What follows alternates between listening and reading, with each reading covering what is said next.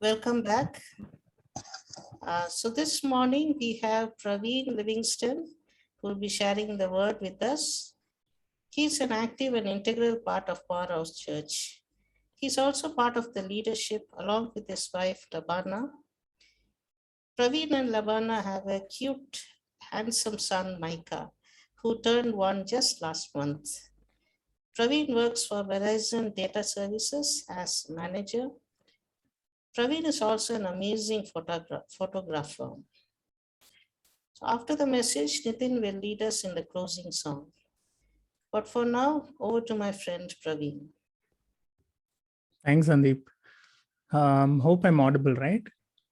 Yeah. Yes. Okay. Good morning, everyone. It's a great privilege to be back here to share God's word.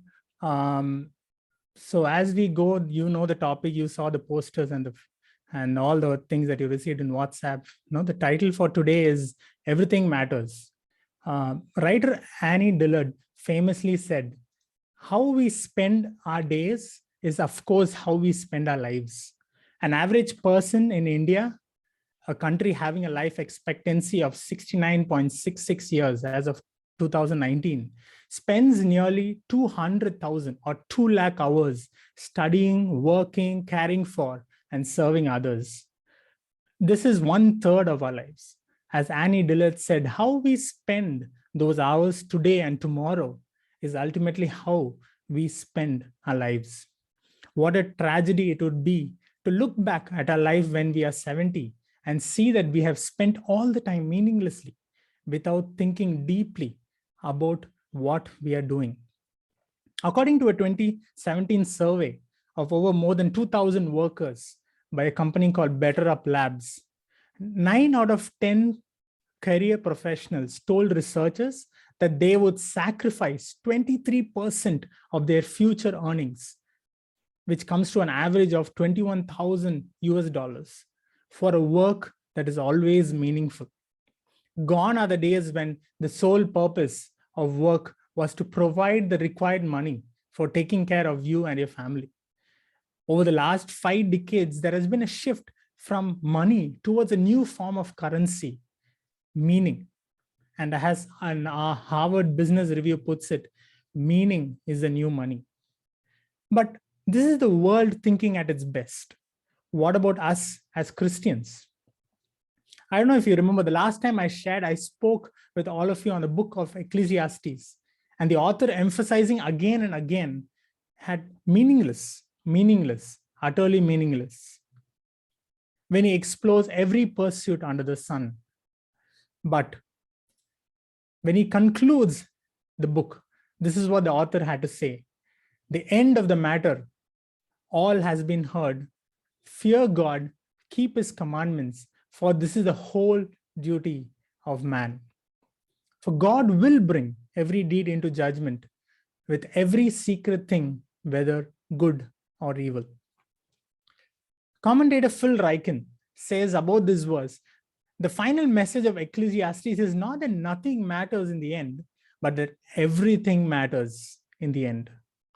So I'm going to continue on that note, that for us as Christians, everything matters. Your years of study in school or college, your vocation, whether it is paid or not, your years of caring for your family, your years of service for community around you matters. And all this matters deeply to God. One of my favorite poems that keeps ringing in my mind time and again to help me see the urgency of this life is the one written by C.T. Studd, which says, only one life, a few brief years, each with its burdens, hopes, and fears. Each with its days I must fulfill, living for self or living in his will. Only one life, it will soon be past. Only what's done for Christ will last. Shall we pray before we go further? Our Heavenly Father, even as we look to your word and for your Holy Spirit to lead us and open up truths that are hidden for our hearts and minds, I pray, Lord, that you will do only what you can do. Enlighten our hearts, Lord, confront our evil ways and open up, Lord, ways where we could truly experience your love and grace, so that our lives will be changed by that, and we will be again agents of change for your kingdom on this earth. In Jesus' name we ask this prayer. Amen.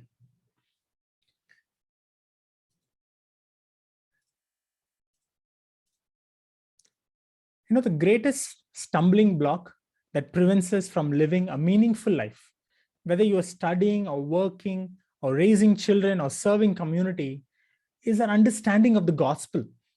Isn't it crazy? The very thing that's supposed to make life on earth meaningful can also make that very thing meaningless if we don't understand it right. It doesn't matter what you and I believed when we got baptized or when we came to know who Jesus was. But what matters is what is the gospel that we are preaching to ourselves now. So what comes to your mind when you think about the gospel? Or when you want to tell someone what that gospel is? We Christians tend to overemphasize the fallenness and the sinfulness of man so that we can highlight the redemptive work of Jesus on the cross 2000 years back. So we make the gospel an event of just two things that happened: the fall and the redemption. It's not a terrible view of the gospel, but imagine if fall and redemption is all there is in the gospel that we preach to ourselves and to others. What kind of Christians will we become? And what kind of Christianity will we be sharing? And the problem is, when we have only these two versions or these two chapters in our interpretation of the gospel, we will believe that Jesus is our golden ticket, our expressway to heaven. Have you thought of Jesus like that? I have done so growing up. And this mindset of thinking that Jesus is our ticket out of this place is the mindset that creates songs like this.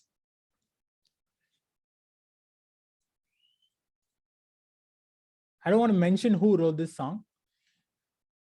This is how the song lyrics goes. You can buy a ticket to Paris, you can buy a ticket to Rome, you can buy a ticket to Norway, but you can't buy a ticket to the heavenly home. Jesus is our ticket to heaven. Lord, it's going to be so nice. Jesus is your ticket to heaven. He's already paid the price. You can buy a ticket for a boat. You can buy a ticket for a plane. You can buy a ticket for a subway, but you can't buy a ticket for that heavenly train.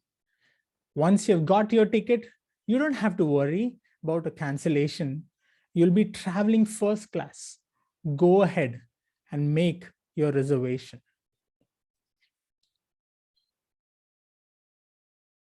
When we have this mindset that Jesus is our ticket, we might believe that Jesus' only purpose for us is to save souls and nothing more than that.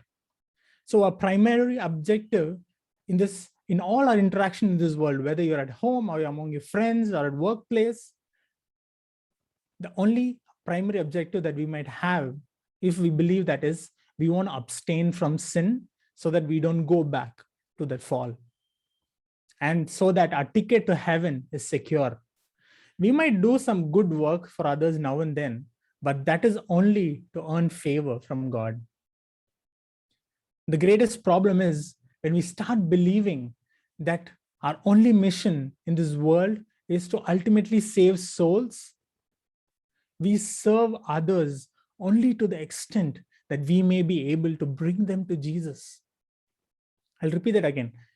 If we start believing that our only mission in this world is to ultimately save souls, we serve others only to the extent that we may be able to bring them to Jesus. Do all the nice things, but somehow get them to become a Christian. Clean your street, give food to your neighbor, help the poor, but the real intention is to get them to become a Christian. All the other things are only a hook. And people become projects.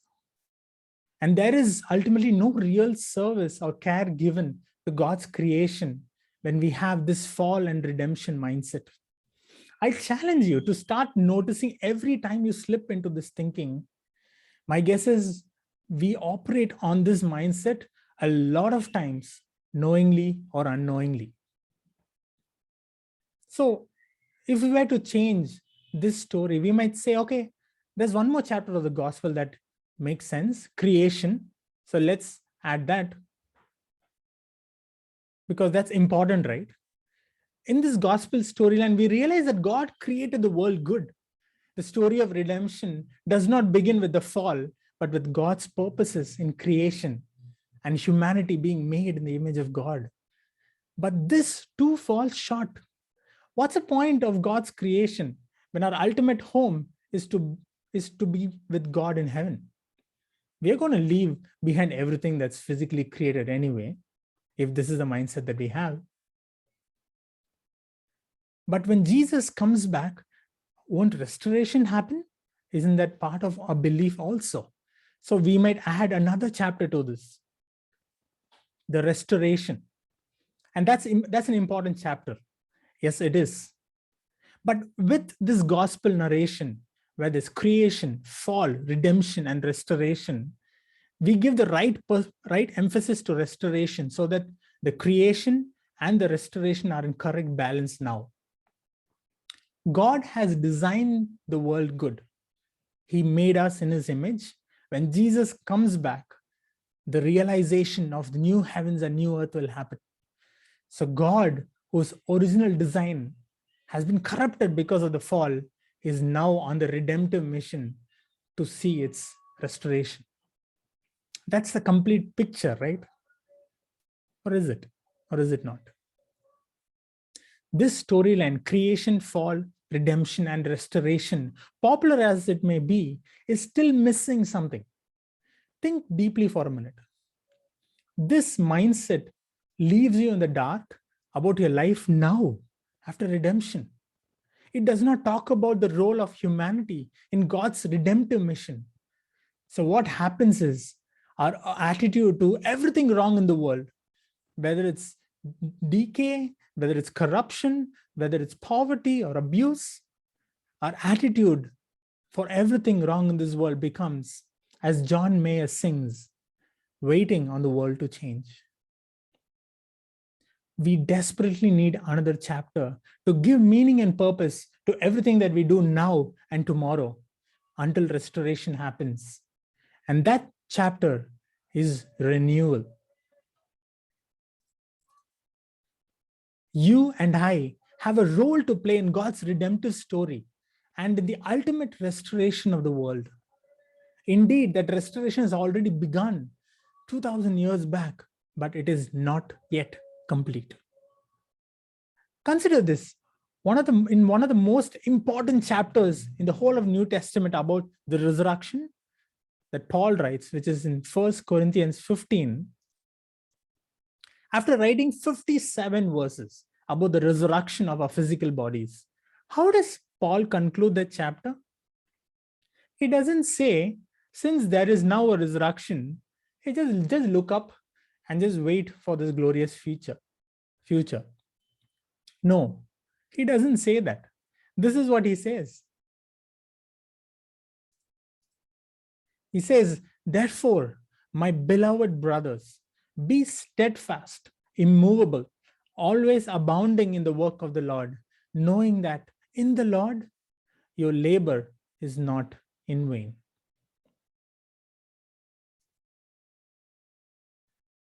Your work is not in vain.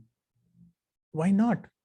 Because everything you do in the present with Christ and for Christ, flowing out of sincere love, joy, and hope, is achieving something in the grander scheme of God's restorative plan for all his creation.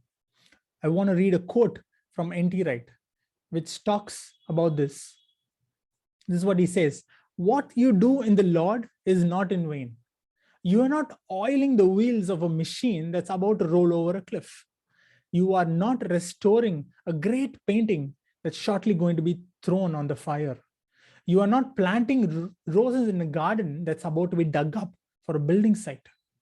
You are, strangely though it may seem, almost as hard as to believe as the resurrection itself, accomplishing something that will become in due course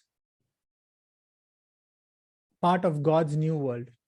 Every act of love, gratitude, and kindness will, every minute of art or music inspired by the love of God and delight in the beauty of his creation, every minute spent teaching a severely handicapped child to read or walk, every act of care and nurture, of comfort and support for one's fellow human beings, and for that matter, one's fellow non-human creatures.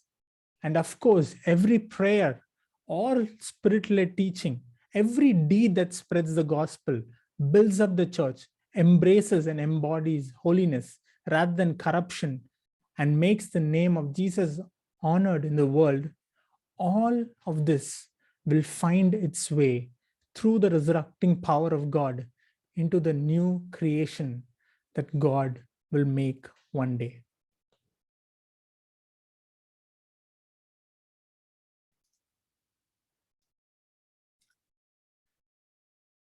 So what is the gospel?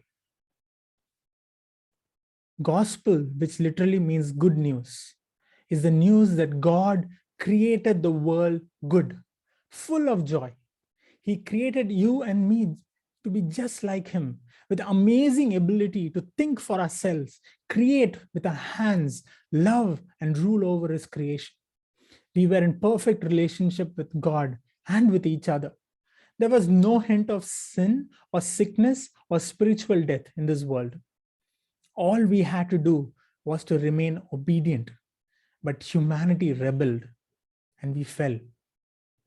We rejected God's good plan and wanted to live life on our own terms, to pursue a life apart from God. We sinned. And when sin entered the world, so did death, decay, violence, corruption, fear, greed, and all manner of brokenness within and without. And this is the state of the world which we live in today. You see, the penalty of sin is death, eternal separation from God. But God wants you and me to be with him forever, as that's the whole reason why he created us. On one side, he is just, so he has to punish our sins. And on the other side, he is love, so he wants us. So God started his redemptive plan. Into this broken world, God's own son, Jesus, steps in physically. Jesus was just like you and me outwardly, laughing, eating, crying, but he did not sin, not even once. So he was the only person worthy to pay the price, since he had no sin in him. He chose a most painful form of death, death on the cross. And on the cross, he died for all sin and sickness. All our brokenness and all the brokenness of the world was poured onto him on the cross. And his sacrifice made us right with God and restored us back into an intimate relationship with God. And after 3 days, God raised Jesus physically from the dead and gave him a glorified body, a new physical body, which is totally unlike his old one. And God has now promised the same for us after our bodily resurrection. Jesus rose from the dead, and because he rose, we know that the price for every brokenness, every sin was fully paid and was fully accepted by God the Father. But the story doesn't end there. Jesus gifts us the indwelling presence of his Holy Spirit to lead us into God's truth revealed in the Bible and to convict us of our sin so that we can be renewed day by day into his own image that he originally intended for us. Not only are we objects of God's love and renewal, but we are also agents of God's love and renewal in the world, wherever we are. Whether it is in school or college or office or church, at home or in government, wherever we are called to restore it to how it's supposed to be, since Jesus is now Lord over all. And the final chapter is, our role is now to usher in the new creation under the lordship of Jesus here on earth. One day God will make the new earth as his dwelling place, no more heaven. And we, with our glorified physical bodies, will be with him, enjoying him forever. This is the gospel. This is the whole story. And this is the only story that changes how we see everything, from nature to family to career to community. It affects every sphere of our life on earth because it is meant to. Let's see how this narration, this 5-chapter plays out. How would we now view environmental pollution with respect to this 5-chapter gospel that we just talked about? Creation, how were we designed to live? God designed the world to be very good. There was no pollution. Humanity lived in right relationship with creation as commanded by God in Genesis 2:15, when it says the Lord God took man and put him in the Garden of Eden to work it and keep it, to preserve it. Fall. Why don't we live the way we were meant to live? Because of the fall, humans are separated and alienated from the creation. Not only are there natural disasters, not only is there environmental decay and degradation, but humans are also agents in the destruction through their own egos, pride, and greed. Rather than participating in carrying and keeping the earth as God commanded us in Genesis, many churches have given up that role to those outside the church. Redemption.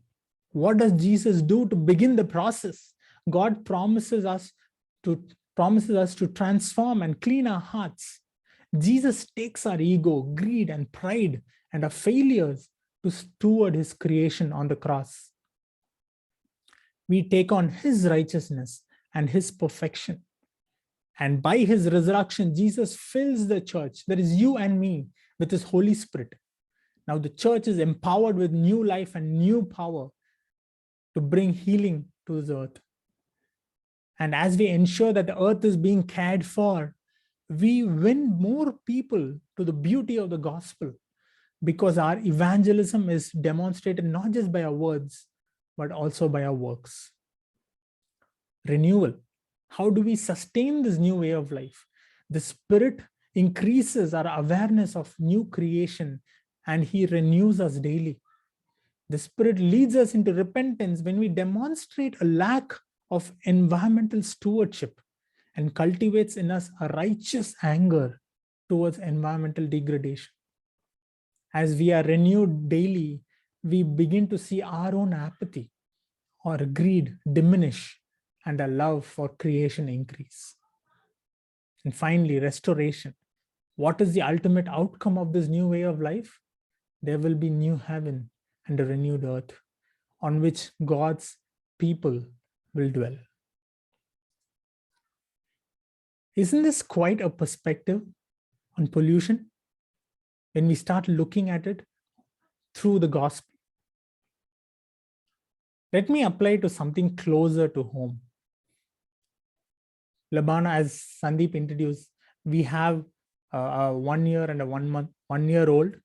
And we have been married for 8 years, and we had a son after 8 years. So I want to see, okay, how does we being as parents fit into this gospel narrative? Because the point is, we want to do this exercise to every sphere of our life, right? Creation. How does our work, parenting, connect with God's original creation plan for humanity? Parenting for us has been an even bigger change than getting married. We now have a tiny human being with us who tries to kill himself daily by trying so many things like touching the socket, falling head down from the bed. We are able to understand through raising Micah God's fatherly heart, and it makes us better parents. Fall. How is our work as parents makes us aware of our brokenness and the brokenness of this world?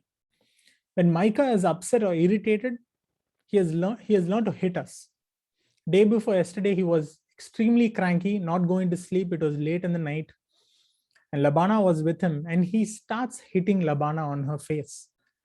Labana tries to stop him for a few times, but he doesn't stop. He keeps going on. Labana, in her anger, pushes him on the bed, and he starts crying.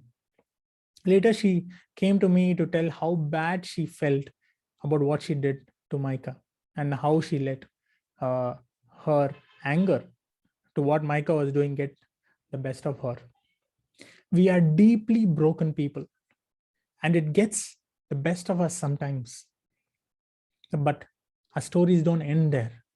Redemption, a recent example of how Jesus has made us better parents or better workers. Growing up, both our parents had expectations of us, and sadly, it revolves around making more money and being safe and comfortable. But we deeply believe that our worth doesn't come from what we do, but to whom we belong to. Micah is our son, and he belongs to God. So we remind ourselves often that no matter what Micah wants to do with his life, whether it is living a life of service or being a missionary or becoming a businessman or a chef, whatever it is, his worth is not in what he does. Renewal. How are we able to love and serve others, in this case, Micah, through our work as parents? Both of our parents were very uninvolved parents. We hardly felt that we were loved children. My father had never said he loves me even once in his life. We decided that Micah should never ever have to feel that way in his life. We ensure that we spend as much as time as we can with Micah, telling him time and again how much we love him, because we know that will shape who he becomes and his perspective of God the Father. So we ensure that even if it means we don't eat on time or sleep as much as we want to, we try to ensure that Micah knows that he's loved. Restoration. How do we connect our work as parents here to the longing for a perfect world where Christ will bring when he comes again? For me personally, the longing for a perfect world is to be able to relate to one another without the stain of sin. As much as we try to be godly parents to Micah, we know some decisions we make are selfish. Those instances make us long for the day when we will be without sin and to be able to love and relate to one another without sin coming in between. We can ask these 5 questions by substituting the word work or worker to anything and everything that you do in this life to help you see how it fits into the narration of the gospel. We need to start thinking deeply about everything that we do to know that every minute is filled with meaning. And as a church, this is exactly what we want to start doing in the coming weeks. We want to hear from you about how your work, whether you are a parent or a spouse, a student or an employee, a musician or an artist, whatever you are, can be seen through the 5 chapters of the gospel story so that you can find meaning and purpose to everything that you're doing. So if you want to share about your work, please reach out to us. We will slot you in for Sunday morning. Since we are currently in between the already, that is the redemption that happened on the cross, and the not yet, which is the ultimate restoration that we are waiting for, how should we do our work, whatever it is, to make the most of the opportunity presented so that God is glorified? How should we do our work now to make the most of the opportunity presented so that God is ultimately glorified? Ephesians 5 says, be careful then how you live, not as unwise, but as wise, making the most of every opportunity because the days are evil. 1 Corinthians 10:31. So whether you eat or drink or whatever you do it all for the glory of God.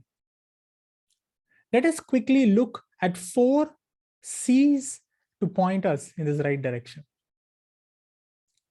The first C is competence. Colossians 3:23 says, whatever you do, work heartily as for the Lord and not for men. Whatever work you are doing in this season of your life, whether it pays you or doesn't pay you, whatever it is, do it as if you're doing it for the Lord.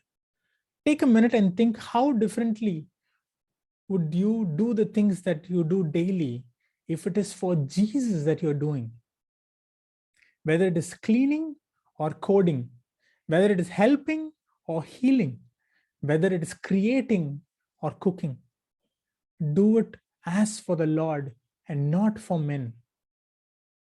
Pursue competence in everything that you do. Character. For a Christian, being always precedes doing. It is not enough to do good works, but there must be something attractive about your character. When was the last time someone said, hey, there's something different about you? If we truly are imitating Christ as we are called to, people will notice. Especially when we admit our failures and our brokenness to people, we stand out from the culture around us, which pushes people to present their best and hide their worst. Your character matters. Concern. Jesus said, love your neighbors as yourself. When was the last time we did that? Care deeply about people whom God brings into your life, whether it is your helper or your colleague or your neighbor or the garbage collector. Love them, care for them, care deeply about God's creation and every form of brokenness you see all around, whether it is abuse or poverty or corruption. The world is hurting and it wants people who really care. Love because Jesus loved you first. And finally, the last C, conversation. Make conversation. Always be prepared to give an answer to everyone who asks you to give the reason for the hope that you have. But do this with gentleness and respect. Let the Holy Spirit lead you into such conversation, because God doesn't want anyone to perish, but for everyone to come into repentance. Don't run away from difficult conversations. So competence, character, concern, and conversation. In closing, I want to read a hymn written by George Herbert. This hymn was written in 1633. This is almost 400 years back. And it's titled The Elixir.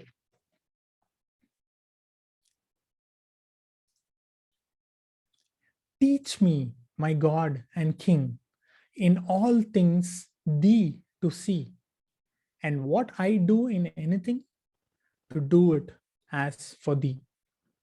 Not rudely as a beast to run into an action, but still to make thee prepossessed and give it his perfection. A man that looks on glass, on it may stay his eye, or if he pleaseth, through it pass, and then the heaven espy.